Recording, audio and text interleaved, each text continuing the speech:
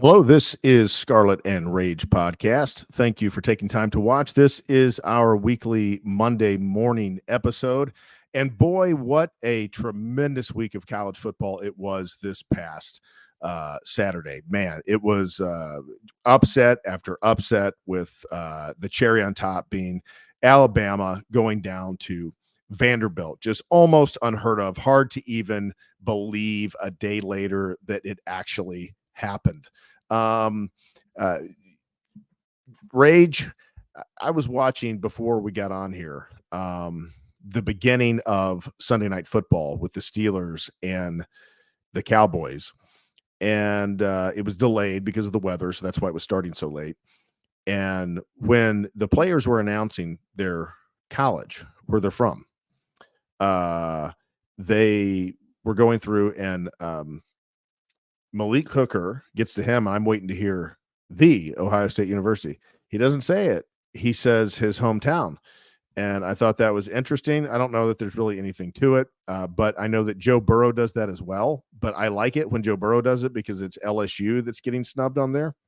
But when Malik did it, I didn't like it quite as much. I kind of wondered, like, is there something going on there? Or you just want to promote your hometown? But anyway, I guess in the end, it's his decision, and whatever he decides is fine.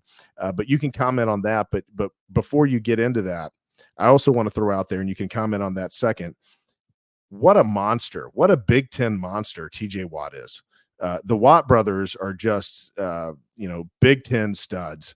TJ Watt is, he got a sack right before I came in. That's why I'm saying that. And that was the 100th sack of his career. He's just a monster, just a great player. Wish we could get a TJ and a JJ at Ohio State. I'd sure take both of them. I hate the Steelers more so than any NFL team, but it's pretty interesting that their best players on defense are all Big Ten players, like TJ Watt, Cameron Hayward, Joey Porter Jr., Nick Herbig was making a play there, former Wisconsin linebacker as well. Pittsburgh really seems to like those white Wisconsin linebackers, that's for sure.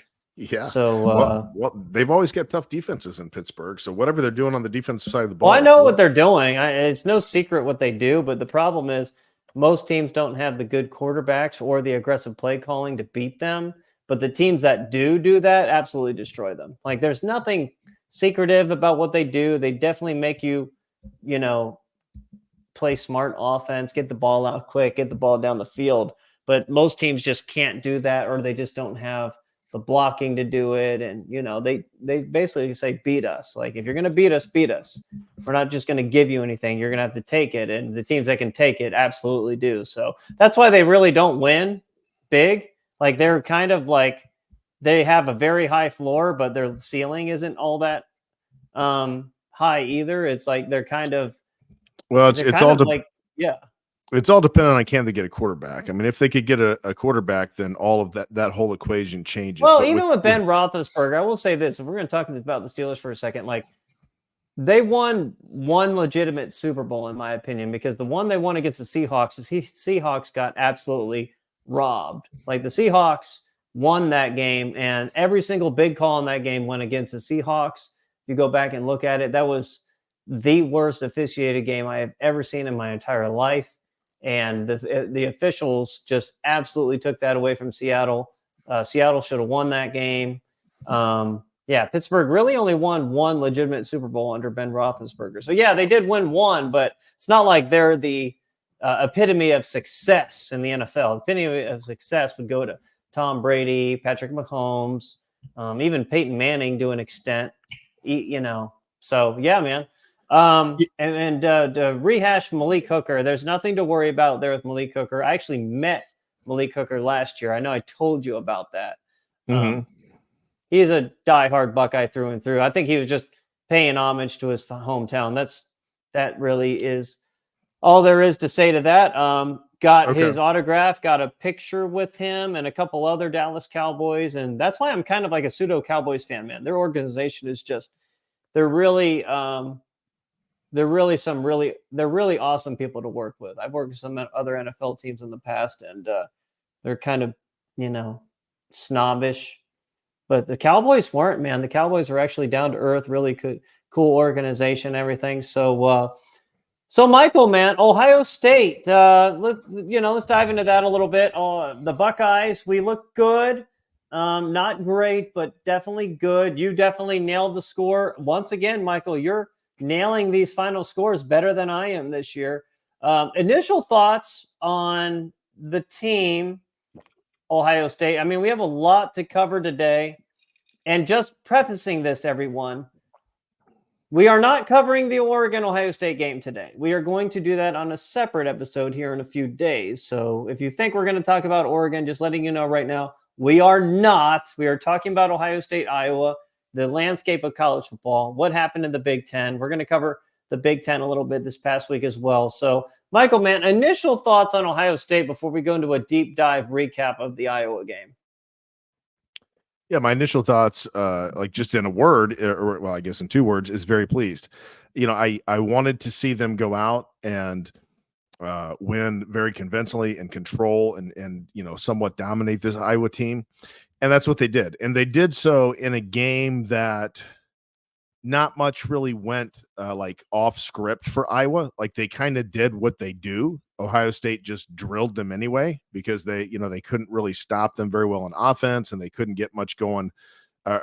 Iowa on defense couldn't stop Ohio State, and they couldn't get a whole lot going against Ohio State's defense. And so that's easily one of those games that if things kind of went, against Iowa the way that it did Georgia against Alabama a couple of weeks ago, how the game just kind of starts snowballing downhill. Then this could have been like a massacre. I mean, this could have been like a 49-7 or 56-7 massacre. But as it was a very good win. They controlled the game. They were the far superior team. And Iowa's not a terrible team. They're not a great team by any means. They're certainly going to get blown off the field by probably all of the top 12 teams in the country. I mean, they're probably not going to be able to play with them. But they're not a terrible team. So I thought it was a nice win. Yeah, final score, definitely a nice win. I can't disagree with you there. How we got there, I didn't really like as much. Yeah, the final score is not indicative of how much Ohio State struggled in that first half. Yes, Ohio State, great news. It's turning out that we are a second half team. But where I get a little worried is we haven't still shown the ability to throw the ball with major consistency when teams know we are throwing. And if Ohio State were to start slow and get down by a couple touchdowns and are forced to throw the ball without the threat of play action, can Will Howard do it? Up to this point, I'm not so sure he can. But, overall thoughts, like the game a lot. Outgained Iowa 412 yards to 226. And, a few of those yards by Iowa, I think their one scoring drive was against our backups, which, off topic, it kind of shows the lack of depth Ohio State's defense has, especially along the defensive line. We saw the problems we had minus Tyleik Williams, and you see these backups go into the game and just get run over by Iowa. Really our running game is really, really, really good. Our receivers are really, really, really good. Jeremiah Smith is Julio Jones 2.0. We've said that. Defensively, need to see tighter coverage. I don't understand the schemes in the first half. The defensive line, great at stopping the run, not great at generating pressure, like immediate pressure right off the bat. But, we did end up getting a couple sacks, but it seems like the majority of those sacks came when Iowa got down and were forced to throw the ball a little more. But overall, very happy about the game. They did show that they can beat a team like Oregon, like Texas and Georgia in this game. So really, that's the bar. So I guess we'll just go position by position breakdown. We'll start at the very top, man. Will Howard, Michael, what are your initial thoughts on Will Howard? What his performance was like? Well, I think he's a good quarterback. I think he's a limited quarterback in some ways, and obviously, I think that limitation is that he isn't able to seemingly nail those home runs at this point. Now, I'll say this: for a while now, kind of gone have been the days of those big home run passes at Ohio State. Urban took massive shots at times, when he didn't have JT Barrett. Even, I mean, with Braxton and with Cardell Jones and with Dwayne Haskins. But Day has not done that near as much in recent years. Even CJ Stroud, we didn't know him as taking lots of big shots down the field. So I mean, my point in setting all of that up is, Day's offense seems to be predicated on 10 to 20 yard passes, and not an emphasis on trying to pop the big one downfield. Not that it can't happen, but it certainly has not been an emphasis. It was some with Justin Fields with that cannon that he had, because that was kind of his best attribute, was really ripping it down the field. But other than that, I haven't seen a lot of it with Ryan Day. So I'm not as concerned as you are with his inability to connect on that pass. And I was also encouraged that he at least overthrew Smith. Now he did underthrow him when he broke loose from the defense, and that's you take that play every day. Every time you can get that play, you take it. But that is a little bit of a big deal, because you do need Howard to hit him somewhat in stride. Because if he hits him somewhat in stride, it doesn't even have to be perfectly in stride, but if he hits him somewhat in stride, then that's a touchdown. As it was, he ended up getting caught at the 4 or 5 or whatever it was. And, in a big game, it's hard to score from the 4 or 5. That can easily be the difference between 4 or 7. And big games are won and lost by very close margins. So I'm not saying that it's not an issue at all. But I do think it's one that they can overcome. And I was encouraged that on the next deep shot that he took, he overthrew him instead of underthrew him. Which deep shot was that? I'm trying to think. Yeah, he went. I don't remember much about the route, but Smith had broke down the field in one-on-one coverage, and if he would have put it, somewhere in his area, he was positioned to be able to make a play on it. But he overthrew him by about 5 yards. Yeah. Mm-hmm. I remember I was actually clapping. I'm like, I have no problem with that play call, because it shows that we're willing to do it. My thoughts of Will Howard, man. Man, oh man, I was ready for that motherfucker to be benched in the first half. I'm like, this guy isn't it. We need to find somebody else. Same stuff as always. But, the second half, he definitely came on. It's almost like he looked like a completely different person. Facial expression definitely seemed to indicate that he was determined, ready to go. He was able to complete the deep ball to Jeremiah Smith. Underthrew him, but it does seem like Howard's accuracy under 20 yards is elite. I mean, I would absolutely say that Will Howard's throwing accuracy under 20 yards is elite. It's when you go over 20 yards, it's definitely becomes shaky. And the farther you go, it gets worse and worse and worse. Yeah, that deep throw to Smith was good, but, Iowa's so damn slow. I mean, you could get away with it. You face a team with more recovery speed. Do they turn around and make a play on the ball and intercept it? I don't know, but it's absolutely. Now, one thing that we found out this weekend, Jay, that I think gives me some peace of mind is that Vanderbilt didn't beat Alabama by throwing the ball necessarily downfield. They only threw for about 161 yards. Vanderbilt beat Alabama by running right at them.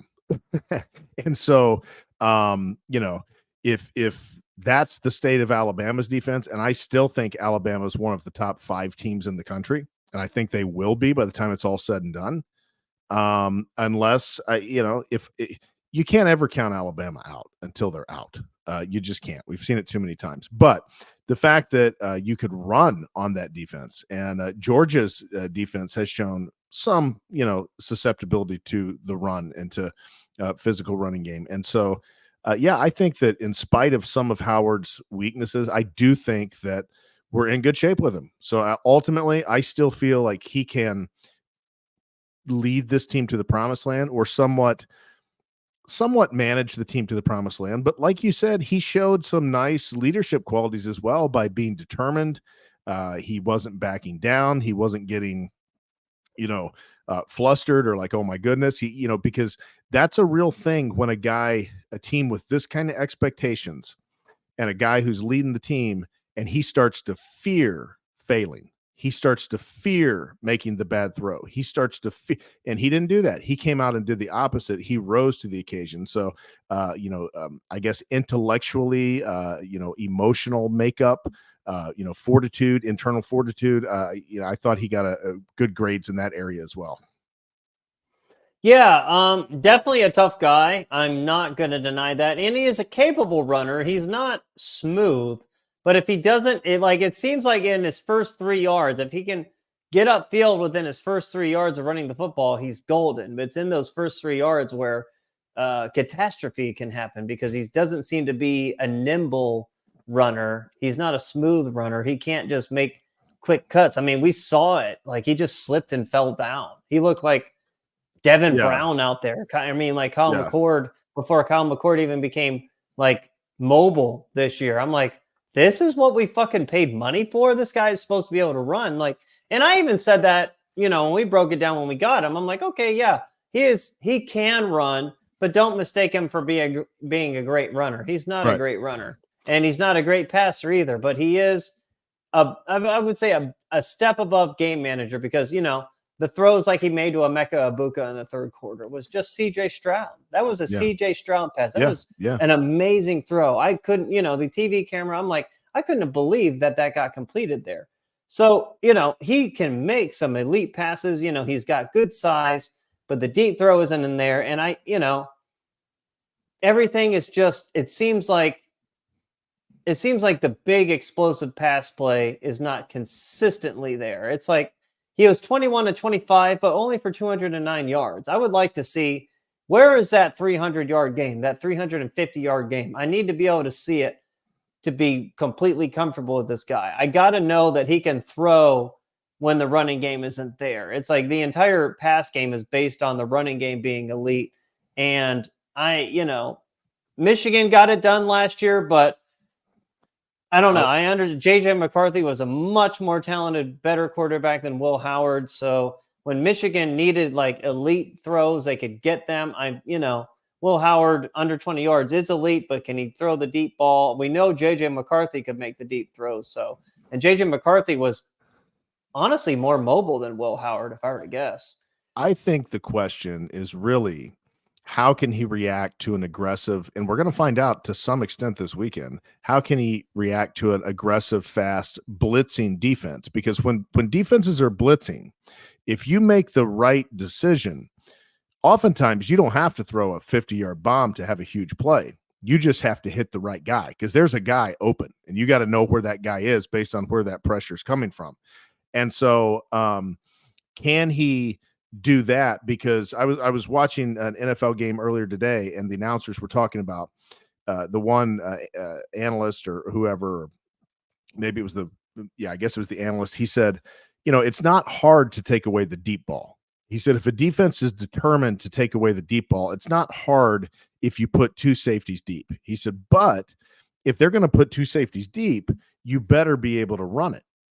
And he said, then if they start adjusting to that and they start going one high, or even they start going to zero look and bringing some pressure, now you've got to beat them at that game because there's going to be other opportunities. There's going to be other openings. So I think, that is it's kind of been determined he's not a fantastic great ball thrower, but I think that element that I just described, we've not quite seen that question answered either. Because I do think he has enough talent to be able to execute what I just described, but he's got to make the right decisions. Yeah, he definitely does. A lot of the offense is based on timing.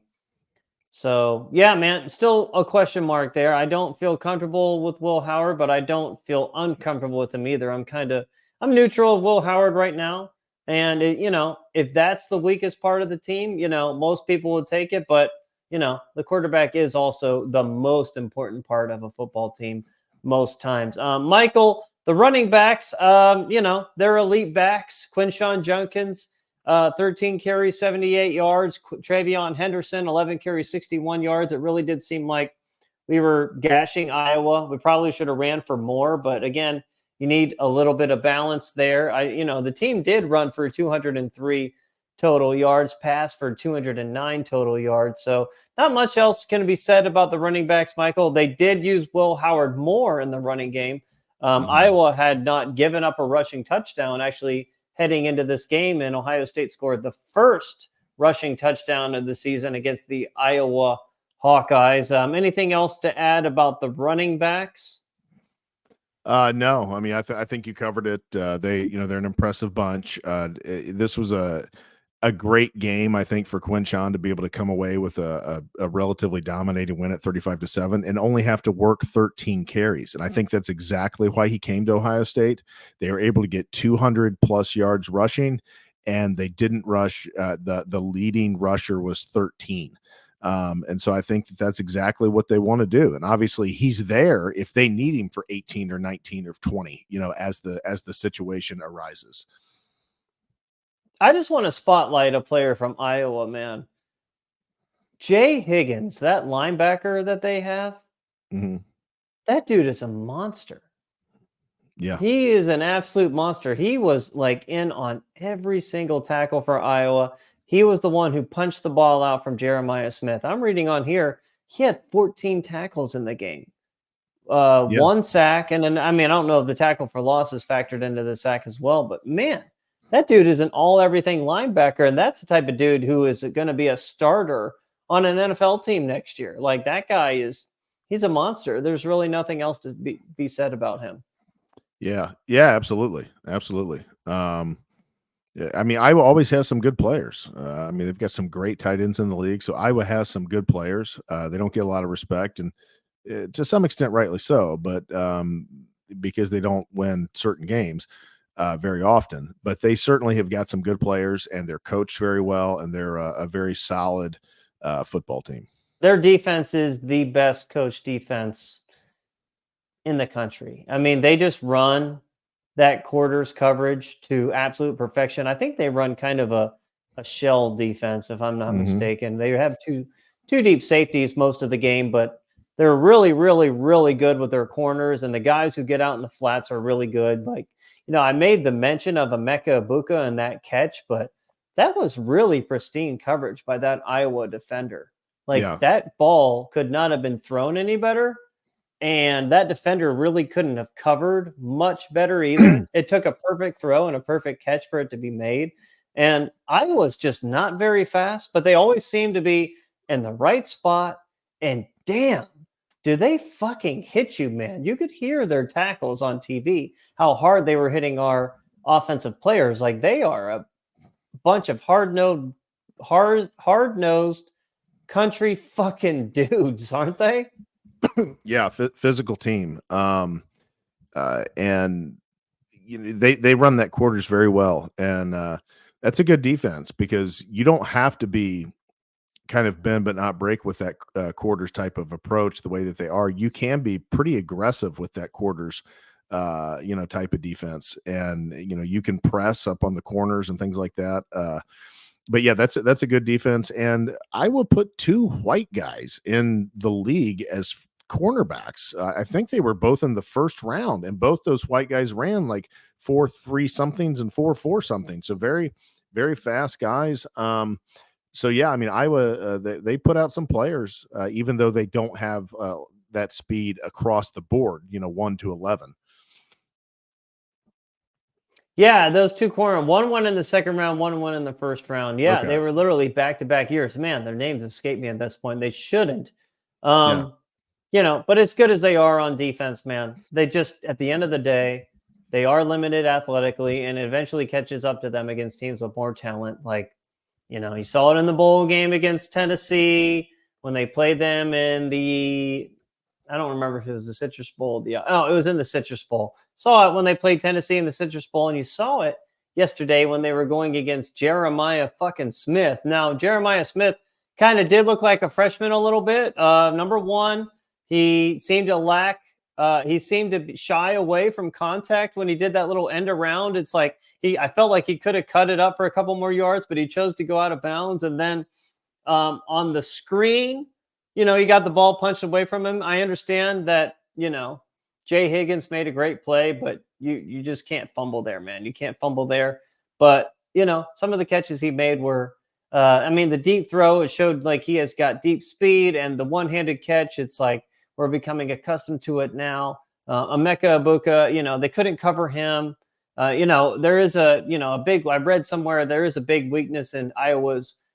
They usually use, which is strange, they use their linebackers a lot in coverage, and sometimes Ohio State slot receiver would be on a linebacker, and that's just not going to go well there against Emeka Ibuka.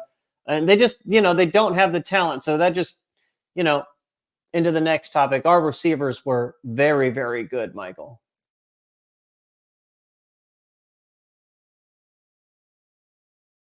Hey, Michael, you're muted.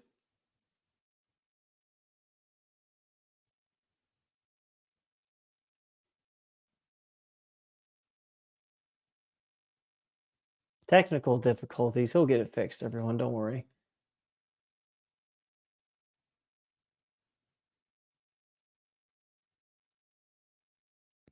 How about now? Can you hear me now? Yep, I can hear you. Okay. All right. What I was going to say is I think that was a maturing moment for Jeremiah Smith in this game. I do think he looked a little bit like a freshman early in the game, in the sense that I think he was a little overwhelmed by the level of hitting and the physicality. I think that's definitely the most physical game he'd ever stepped onto, and I think he was a little taken back by it at first, but he adjusted to it and ended up playing very well. So I think that's something he'll put in his pocket to learn and grow from, and be ready for the next time it comes, possibly even this weekend. And then Emeka Ibuka showed why he was such a praised receiver. He showed that 1,000-yard receiver again. Had a great game, made some great catches, and really was glad to see that he is still a top-notch weapon now that he's healthy and feeling good again. Oh yeah, man, absolutely. Yeah, not much else to be said about the receivers. They did what they were expected to do. The only thing is, I wish Brandon Ennis would have shown us more. I understand he caught the fourth down pass, but early in the game, he seemed, he didn't catch the one pass, or it was off or something like that. He doesn't seem, I compared him to Jackson Smith and Jigba, like initially, but he doesn't seem to have the speed that Jackson Smith, not that Jackson Smith and Jigba was a burner by any sense, but I have not yet seen it with Ennis, and Ennis still hasn't done anything in the punt return game either. I understand he had a couple decent returns against Akron, and it got everyone hard because, we're so thirsting for a good return. But the reality is I'm not sure that he's the next savior at punt return, kick return either. And we see now why Carnell Tate is ahead of him. Like, we know why he doesn't play as much now when I see games like this. Yeah, that's a good point. If you remember, over a year ago, I remember asking you, or could have even been longer than that. I said, "Do you think he's that fast?" Because I watched his high school tape, and I just didn't see like top level speed in high school, and it appears that that's the case. At the college level. Now, I'm not saying he can't be a good receiver, but I do think you're right. He doesn't seem to have that burst that Jackson Smith and Najigma have. Maybe Jackson is a 4.55 40, but he has that early burst like a 4.4 guy. And it doesn't seem, I haven't seen that consistently out of Ennis at this point. No, I haven't, man. I mean, again, who knows what his speed is? I don't know that he's more quick than fast either. I mean, it's just odd considering he came from American Heritage High School. He was a composite 5-star, and he was a beast. Played against elite competition in high school, but so far it's not translating to Ohio State. Offensive line, Iowa really, they only had 1 sack on the day, so Iowa's not a great pass rushing team either. But the offensive line, great job by them. Run blocking, great job by them. Pass blocking. No individual person I can single out as being great or bad. They were just a good collective unit. And thank you, Chip Kelly, for resurrecting this offensive line. Yeah. The offensive line and the receivers as well are blocking once again, and it's a lot easier to run the ball when the receivers are out there blocking. And so, yeah, Mhm. I don't really have anything else to add on the offensive line. We can move to the defense if you're ready. I'm ready to move to the defense, man. We'll start on the defensive line. Welcome back, Tyleek Williams, man. He was just he was a monster, just an elite run stuffer. You kind of run out of superlatives. Jack Sawyer, he provided consistent pressure. You can see it a little bit with Jack Sawyer about how he lacks that explosive first step. There are a couple times where Cade McNamara was able to scramble a little bit away just because Jack Sawyer doesn't have the closing speed of like other elite edge rushers. But we got 4 sacks on the day. Can't complain about 4 sacks. It's just that there were some times there we probably should have had like 6 sacks, and our defensive line just wasn't quick enough. But run defense was great. Bottled up Caleb Johnson, who there's an argument to be made that he's the best running back between both rosters. Like that guy, he's amazing. Like he's got extremely home run hitting speed. I don't remember him playing well last year or being a name last year, but he's definitely all of that and then some, as well as that guy from Boise State, by the way. Yeah. Yeah. Defensive line did a good job. And you're right about Tyleek. It was good to have him back. It certainly showed, and you could feel his presence in there in the interior. And I'm ready to go to the linebackers, Jay, unless you've got more on the D line. I don't have anything else on the D line. I think we want to move to your favorite position, man. Tell me what you think of the linebackers. You seem excited for that position. Well, I am, and I'm also cautiously optimistic because Sonny Styles looked like a good, fast linebacker on Saturday. Now, this is my one apprehension with that. Going all the way down to the elementary and junior high levels, if you have linebackers, sometimes the biggest challenge is transitioning them to being able to play the whole game, to being able to know their pass coverages, know their run assignments, and get them to put it together. And oftentimes when they're thinking about too many of those things, they'll be late on the run. Linebackers, they gotta play the run. Now, a team like Iowa, you're not as concerned about the pass as a linebacker. Their identity is running. And I think you're more likely to let your brain relax and just attack your gaps and attack your assignments against a team like Iowa than a team that kind of has you a little bit more off balance and has you, spread over the field a bit more, like they're going to face this coming weekend. So I was very pleased with what I saw out of him. I hope that continues as they play more diverse offenses. That's me clapping for Alex Styles, man. Yeah, Iowa was in his wheelhouse. They're very basic. They're one-dimensional. Even though they actually have the best passing offense they've had in a couple of years, it's still absolute dog shit. But yeah, man, 2 tackles for loss. He was the leading tackler on the team. It was nice to see. Again, this was Iowa. They didn't really present much of a challenge, and he was really close to the line of scrimmage in this game. So yeah, you're right. I'm cautiously optimistic. And at times it was almost like, do we need to take Cody Simon out and just leave in Arvell Reese and put in Arvell Reese and Alex Styles and leave them in? Because Cody Simon, there was a moment in the second half where he had 2 back-to-back terrible plays. Like he missed the tackle on Caleb Johnson in the hole, and then he busted out for a big gain. And then he was really bad in pass coverage against Luke Lachey. And I was like, man, oh man, he is sticking out like a sore thumb out there. And again, if he is your worst player on the defense, you have some really good problems on your hand, because he's not a bad player, but it's just like he's not. I mean, as time goes on, you just wonder, is he a national championship linebacker? And while Alex Styles has got all the talent in the world, we still don't know if he has the instincts. Arvell Reese has the instincts, although he missed the tackle. He was in the game, by the way, on Caleb Johnson's run. He missed that tackle. But, they're both physical specimens. Cody Simon is not. So we don't really know there. The linebacker position is still more of an enigma.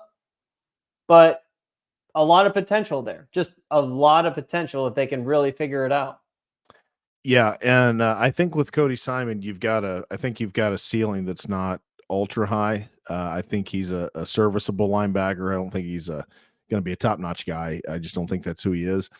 Arvell Reese, I don't see in practice. Obviously, I don't see all the reps. I don't see the big picture. I get that, so I'm not claiming that I do. I'm just telling you what I see observe watching the games. He just seems like one of our most active, fastest linebackers. I mean, he just seems as athletic and fast as anybody they put out there.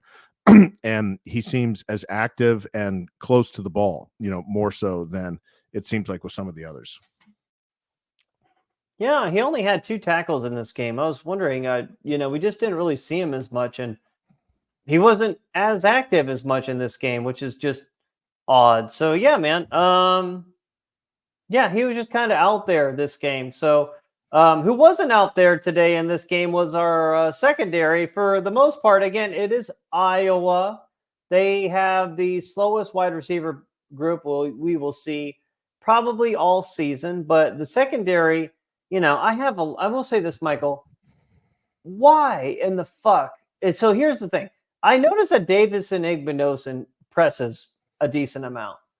Why doesn't Denzel Burke also press? Do they not trust him to make plays pressing? Because it seems like every long pass, any long route is thrown to his side because he's so far off the fucking ball.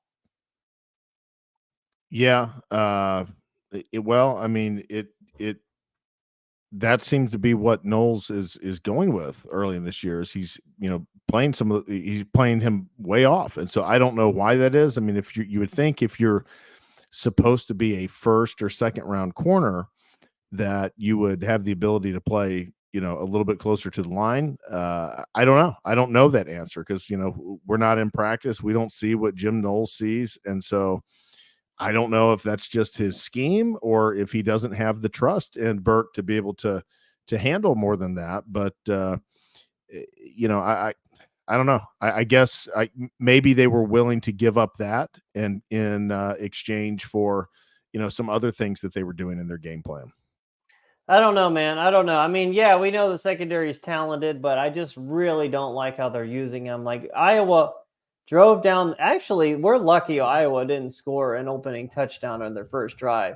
They had, I believe, a 3rd and 4, 3rd and 5 on literally their first third down of the drive, like 3 plays in. Iowa runs a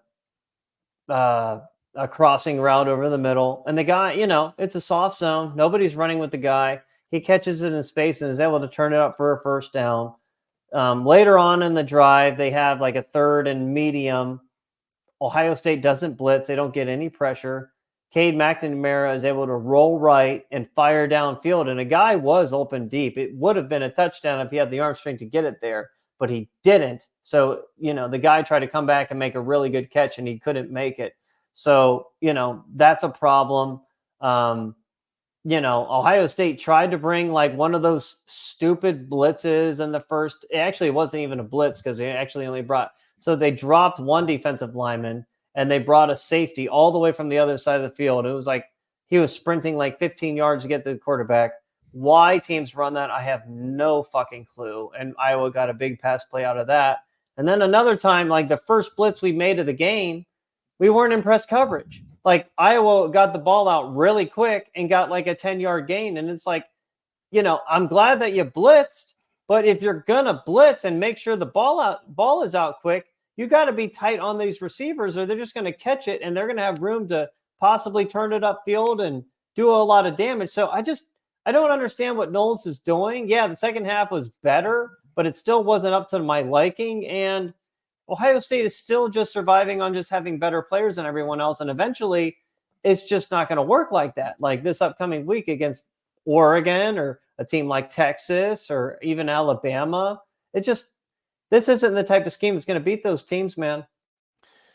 Yeah, I'm with you that I want to see more creativity out of it for sure. I mean, it's really, what else can you say? You've got to be able to, to get the pressure, you do have to be able to somewhat lock the guys down. And at least a good amount of the time, we're not seemingly trying to do that.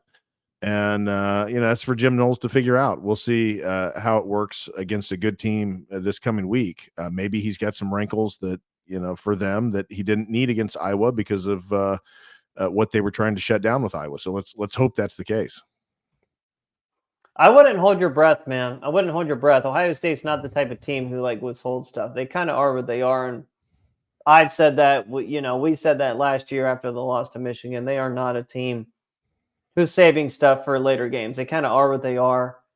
You just got to hope that it's going to work this time. It's really all it is. Yep. So continuing, I think we mostly broke down this game. I give it, if I were to letter grade it, I would give it a solid B.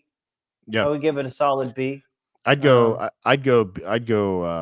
go B plus, maybe A minus, B, probably a B plus. Okay. Yeah. I needed to see more from Will Howard and the defensive scheme for me to go higher than B.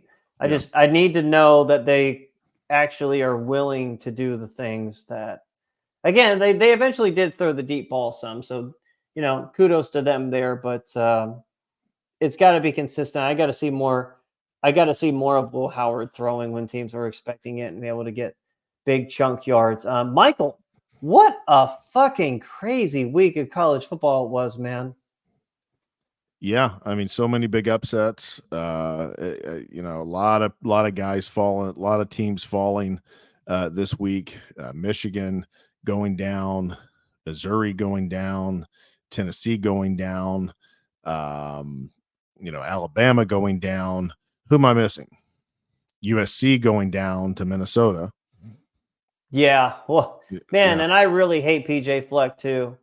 And it's unfortunate that he won that game against USC. But man, tell you what, Lincoln Riley has got to be getting in trouble now. I would think so. I mean, you got paid $100 million to go out there and return them to a playoff level team. Now, I think if Lincoln Riley's going 10-2 in Los Angeles and going to the playoffs and winning playoff games I think that they're pretty happy with him. But losing to Minnesota, I don't think that's what they have in mind.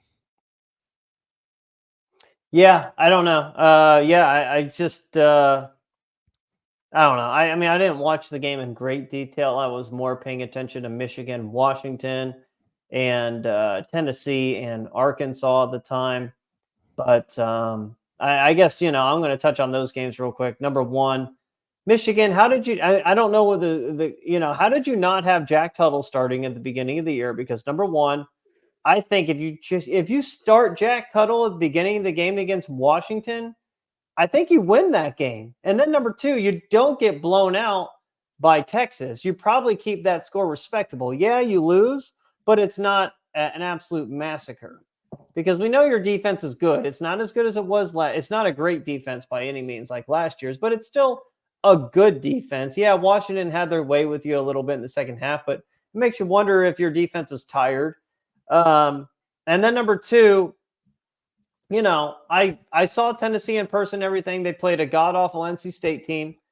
But I remember watching Tennessee against Oklahoma a couple weeks ago, and I'm like, man, I'm really not that sold on their offense. And I feel like I was the first one to say that. Maybe not officially on this podcast, but I did make mention of it. I'm like, I'm not quite seeing it out of them. They put up record-breaking numbers in the first couple weeks.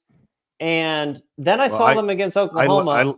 I know I listed them, Missouri and Ole Miss as ones I were not sold on a few weeks ago. Okay. Yeah. Missouri, I could see it. The Missouri lost their all-star defensive coordinator and they lost their all-star running back. So they did kind of lose a lot there. Mm-hmm. They lost that one edge rusher as well and a couple NFL cornerbacks that played against us in the bowl game. So they actually lost a lot defensively and their best running back. So they are not quite the same team they were last year. No. But back to Tennessee, I watched them against Oklahoma, and there's this misperception out there that they took their foot off the gas against Oklahoma. But if you look at their play calls in the second half, they did not take their foot off the gas. Oklahoma was shutting them down. They would have Mhm. liked to have put the game away, but they just couldn't. So, yeah, I'm just not sold on their offense. Nico is, a very, very talented quarterback, but there seems to be some kind of disconnect there. And then, man, the Alabama Vanderbilt game. Mm. Wow. Did you watch that, Michael? I know it was kind of Uh, simultaneously as our game, but wasn't sure I if you were able to watch it at all. yeah, I was flipping back and forth, and it What did was you think?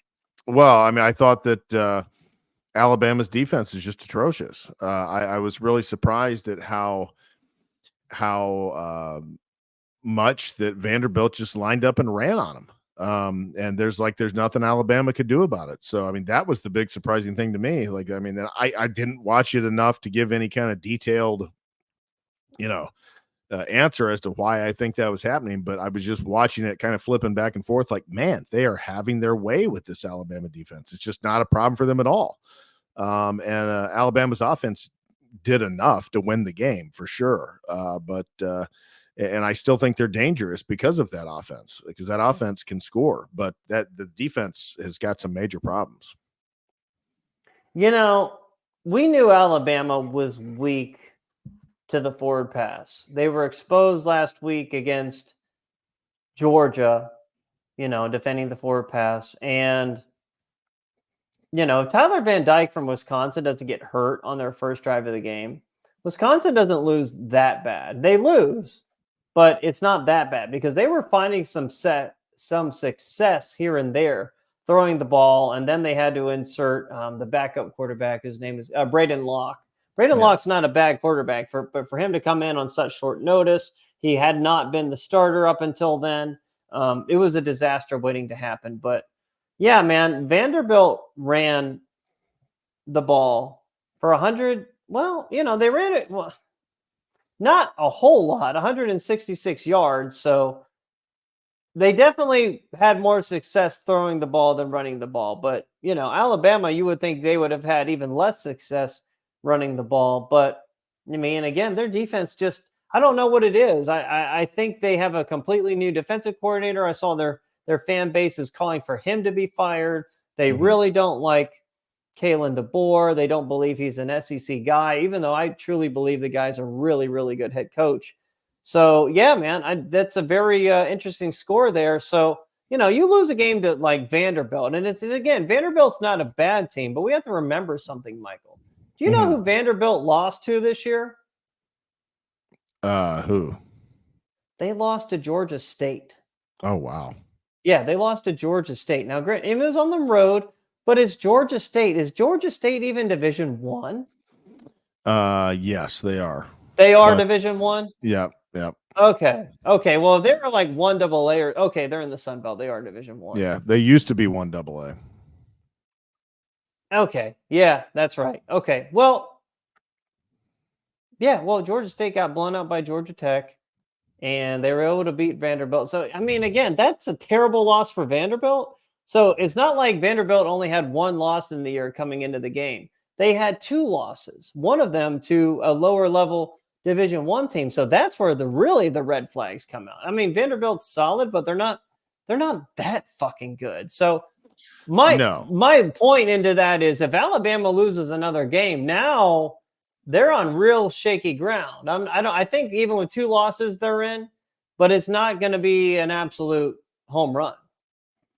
Yeah, and the rushing yards were skewed some with the sacks that the quarterback took. So he would have, he had 20 carries for 56 yards, but effectively he ran the ball much more effectively than that on Alabama when he was actually attempting to rush it. Yeah, I mean, they had success through the air as well. Yeah, I mean, that's all you can say. Not a strong defense at this point. Certainly some susceptibilities, but I think they're talented defense, and I would count on them getting better. Yeah, like you said about Kalen DeBoer, well, he's not an SEC guy, but I do think he was the best coach that they could have gotten last year with the situation being what it was. Yeah, I completely agree. Did you know that Vanderbilt's fans, not only they took down the goalpost, but they actually marched it across the city and dumped it into the river there. They actually they walked it down. What is that main street in Nashville that everyone goes and parties at? What is it called again? I don't remember, but I know what you're talking about. But Yeah, they yeah, marched down that I road saw that.